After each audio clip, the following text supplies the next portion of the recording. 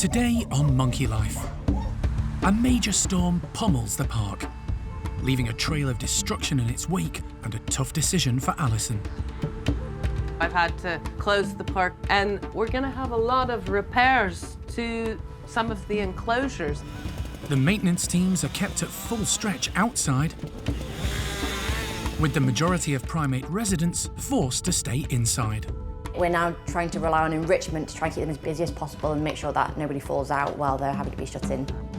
And friction at the Stumpy House as Toto and Freddy fight for the top spot.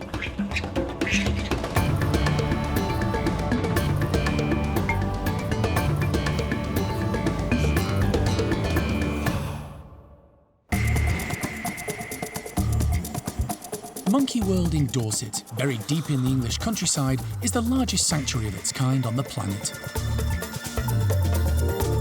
The team, led by Dr. Alison Cronin, rescue and rehabilitate abused and unwanted primates from all over the world. I can't keep her in, get her in. Okay, got it. The park provides a home for more than 260 primates from 25 different species.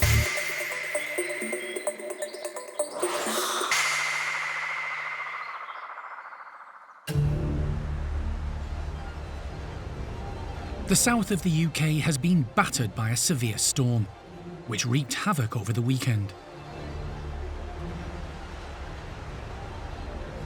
Luckily, weather warnings were issued in advance, advising of strong winds with the potential for major damage to trees and buildings. Alison took the only option available. I closed the park for the day of the storm, and it's a good thing I did because, you know, we've had a lot of damage here to the park, and so I've had to close the park for a further 2 days in order just to try and get things under control in terms of making trees that have come down safe. And we're going to have a lot of repairs to some of the enclosures. Parts of the park took a major hit, with trees down and enclosures badly damaged, leaving the maintenance team at full stretch. So what we're going to do next, we're just going to make this safe and try and hopefully get the majority of the overhang saved. Yes, we'll try and keep some of the trees, but we're going to have to leave them on the deck, I'm afraid. Then the next one is to go into the forest gibbons there and make them too safe for the keepers. And then we should be fine then. Worst affected was the Capuchin Lodge. Head of Maintenance George has called in the tree surgeons to clear the debris, so we can get a better idea of the damage to surrounding fences and overhangs in the outside enclosures. Basically, after the high winds we had over the weekend, we're checking all the overhangs. We've got 4 big trees down, and we're trying to make it safe without doing as much damage to the existing overhang as possible. Hundreds of trees in and around the park will need to be safety checked before the primates can be let out, and the public let in. Obviously, we've got to look at each base of each tree, watch how it moves in the ground, watch the ground movement around it, check there's no water damage around the tree as well, funny enough. I mean, most of these trees don't have deep roots, they're all shallow roots, so they're to a tall point where the wind catches it and they all go. And of course, we tie all the trees together to let the animals move around, so one way or another, it helps us. While the storm raged, the park's primates were kept safely indoors. But that's a challenge in itself. Keeping them locked inside is very hard on all of the monkeys and apes, but also on the keepers, because then they're motivated to try and come up with activities to keep them busy and engaged so that they don't start turning on each other and picking fights or throwing their weight around. So it is tough. Each and every group of primates here in the park has to be kept busy and occupied to keep them healthy and happy while they're locked indoors. But this is part of our obligation to them, and our keepers are superb at it. With that in mind, Jarno is preparing a healthy treat for the orangutans. He's mixing up a warming drink made of honey, lemon and ginger. It's a winning concoction.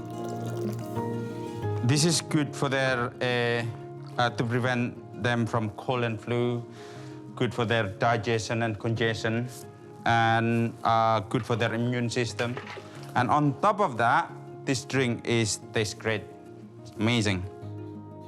One of the recipients needs it more than most. Well, Tuan is going all, so every time when cold weather, his breathing is always heavy.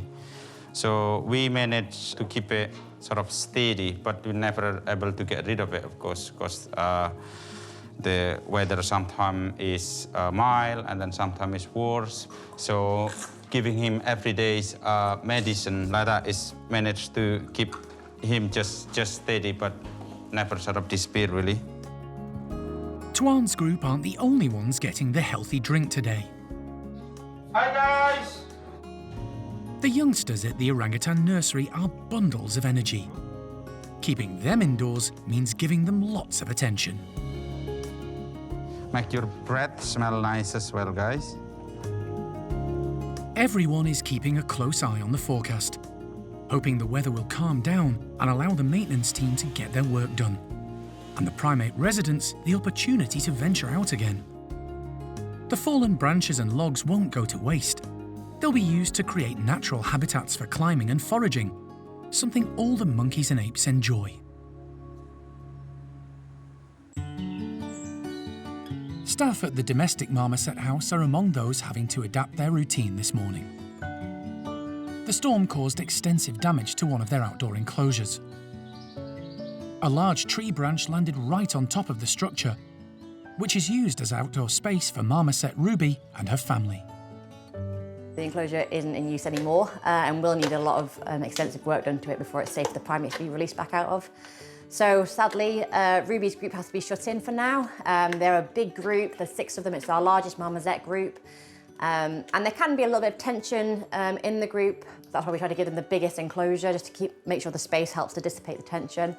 As we don't have the outside at the minute, we're now trying to rely on enrichment to try and keep them as busy as possible and make sure that nobody falls out while they're having to be shut in. Keeping this family of 6 occupied until repairs are complete will be a real test. The family's indoor space is a lot smaller and the group has 4 lively youngsters. But Charlie has plenty of tricks up her sleeve. First up, clear tube feeders stuffed with wood shavings and topped off with one of the Marmoset's favourite grubs, mealworms. She hangs them high up to test the Marmoset's agility and determination. The idea is that they'll kind of have to pull out the shavings at the bottom in order for the bugs to trickle down so they can feed from them. This group is very food oriented. They do love their mealworms, so hopefully they'll be really interested.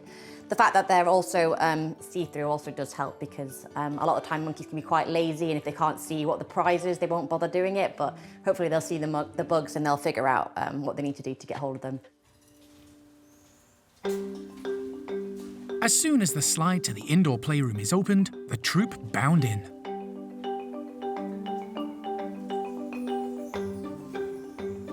This group's mum and dad couldn't be more opposite.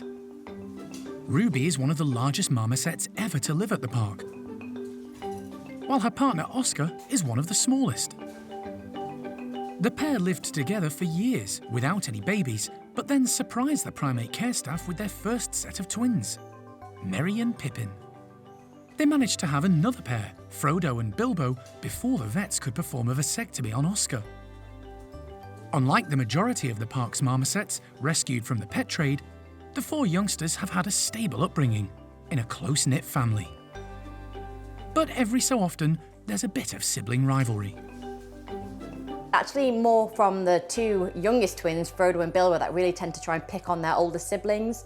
So we do find that they will have a bit of a scuffle over food, and they do pick on Merry and Pippin and kind of push them out the way, which is why we were a little bit concerned with the reduction in space for the group, if that would cause any more problems between the siblings. But so far so good, and Frodo and Bilbo have behaved themselves. So we'll just keep them really busy, and hopefully they won't pick on their big brother and sister too much.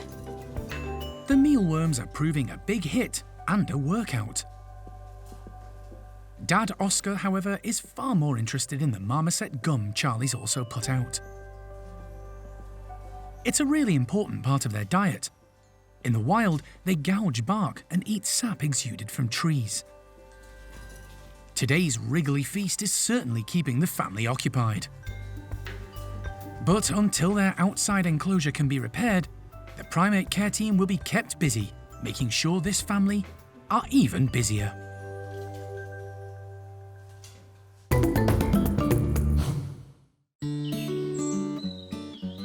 Amongst the park's more recent arrivals are Patas monkeys Mr. Patas and Penelope. They were rehomed from a zoo in North Wales 6 months ago, and they're now living at the Stumpy House with their own bedroom and separate outdoor enclosure. Today, with autumn in full swing, the staff are making full use of copious amounts of leaf fall gathered from around the park to give them a treat. It should create an interesting and fun enrichment. All the primates love having leaves in there because, as well as giving them something different, different textures, different smells, there's also bugs and things in there, and bits and nuts and things, lots for them to forage for. So we actually like to either put them inside and give them a change from sort of straw and wood wool, or sometimes we'll just give them big leaf piles outside because it just encourages natural behaviours from them. Toby is hiding a few extra titbits in the leaf piles for the pair to find. A mixture of mealworms, waxworms and locusts, along with primate pellets, which form part of their daily diet. Mr. Patas particularly is completely obsessed with food. He will do anything for food. And he does love foraging in sort of tubs. He loves boxes and things. So if there's food involved, he's definitely going to have a look. Penelope, although she's a bit more nervous around us, is actually the boss of the two of them. So again, if there's food around, she will be there and she'll be probably making sure that she gets priority over him. The plan should keep the pair busy foraging for most of the day. The slide to the outdoor enclosure is opened and Mr. P is first out, with Penelope not far behind. Mr. P heads straight for the leaf piles now dominating his territory. He confidently forages through the leaves, finding lots of live bugs for breakfast.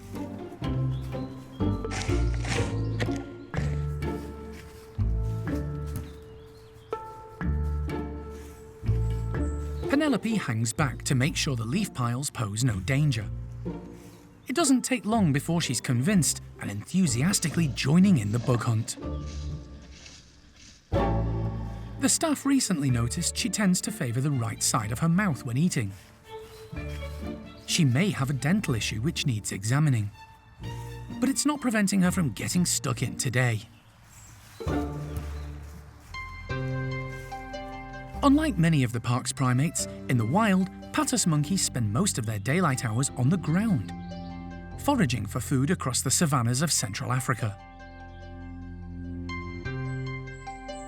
They're the fastest primates on land, reaching speeds of up to 34 miles per hour, which helps them avoid most predators. They're omnivores, meaning their diet changes according to what's available, and includes plants, insects, and occasionally meat. Today's leaf piles have gone down well with the Patas pair. Mr. Patas is in his element. He's going through it all, getting all the bugs and everything out. He'll be there for hours, I think, finding everything he can to eat. Penelope's a little bit more wary. That seems to be her approach anyway. She has gone down and had a look, and she's also told him off because, I say, she is the boss of the two of them. But I think he will be there for some time yet. And the leaf pile is the treat that keeps on giving. It'll naturally attract more grubs and insects, ensuring a continuous supply of food to keep the pair busy foraging in the weeks ahead.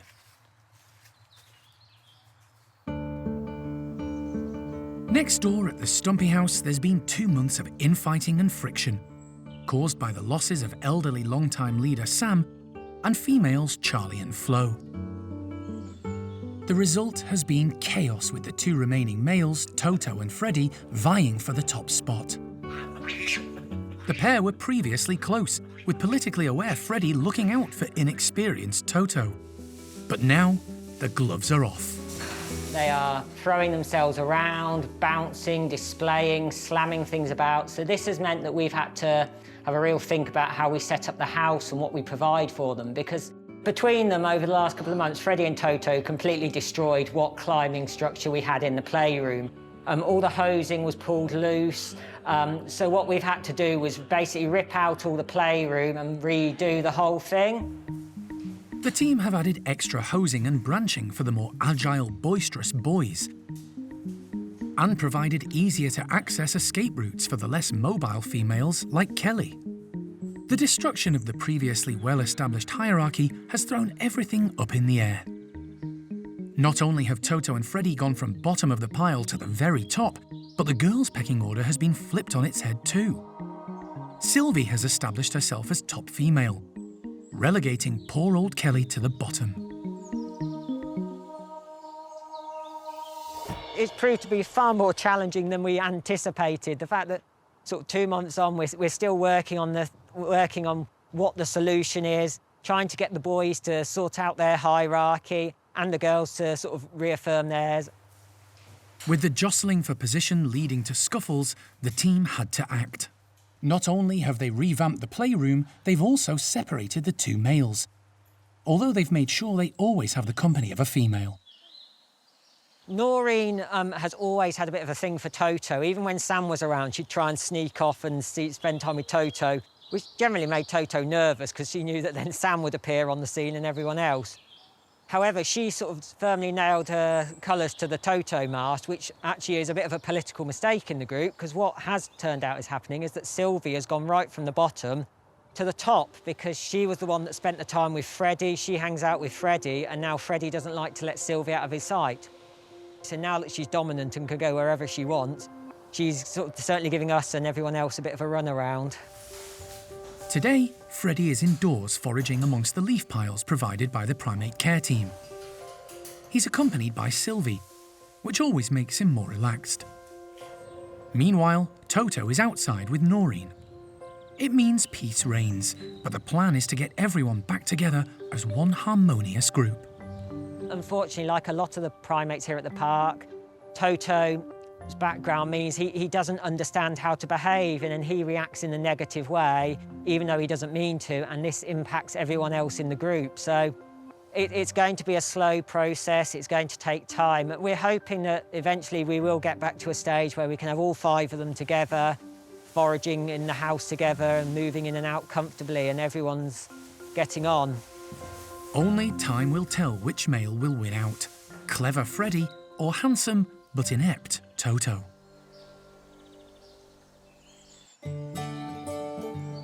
At the far end of the park, the gardening team have been busy.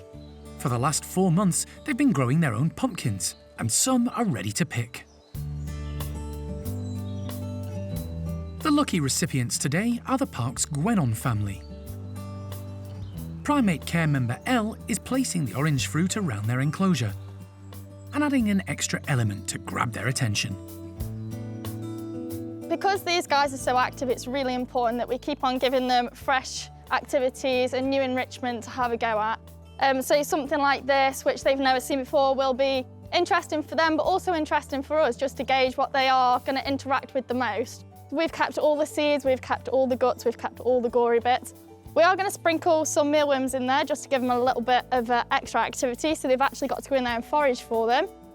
But it's going to be so cool because they've not really had anything like this before. The Gwenon family of 4 are very active and love something new. We haven't made it really easy. I'm just thinking this is going to be a good challenge for their little fingers. They absolutely love mealworms. They're a really good source of protein for these guys. And also because the mealworms are extra wriggly, it's going to be amazing when they go in all the gooey bits in here for them to get out. Time to discover what the group will make of their fun-filled, fruity breakfast. Biff is first out, followed by Mum Nia and Sister Nala, with Dad Benny bringing up the rear. The bright orange pumpkins are hard to miss, and they're drawn straight to them. Biff is a confident youngster, but even she's a little wary of the large fruit at first. Dad Benny isn't sure what to make of them either. But it doesn't take long for Biff to overcome her reticence and start to fully examine the pumpkins. Straight away, she finds the seeds.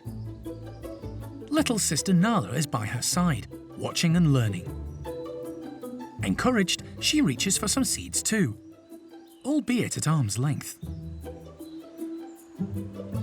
The pair decide they like what's inside the pumpkins, and soon both sisters are attacking with gusto. Their parents seem happy to take a back seat, content to watch their highly active daughters get stuck in. They've had a safe and secure upbringing, unlike Mum and Dad, who were stolen from the wild in Benin and sold on the black market before being rescued and eventually ending up at Monkey World. They're now parents to 2 girls and very protective of their daughters. But they needn't worry too much. The 2 youngsters are already adept at dealing with the pumpkins, and now they've discovered the addition inside, mealworms.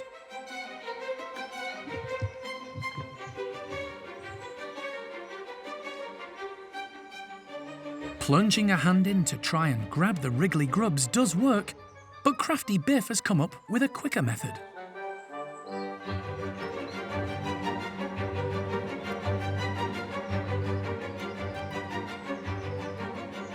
Rolling the pumpkin makes the mealworms fall out onto the platform, ready to be picked up. And it's a lot more fun. The girls are full of energy and mischief. Once they've had their fill of seeds and grubs, it's time for a full-on play session in the trees.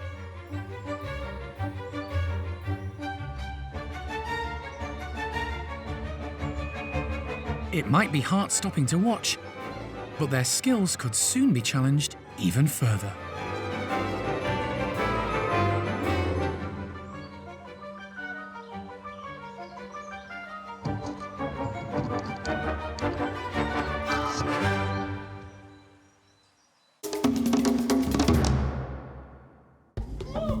Next time on Monkey Life.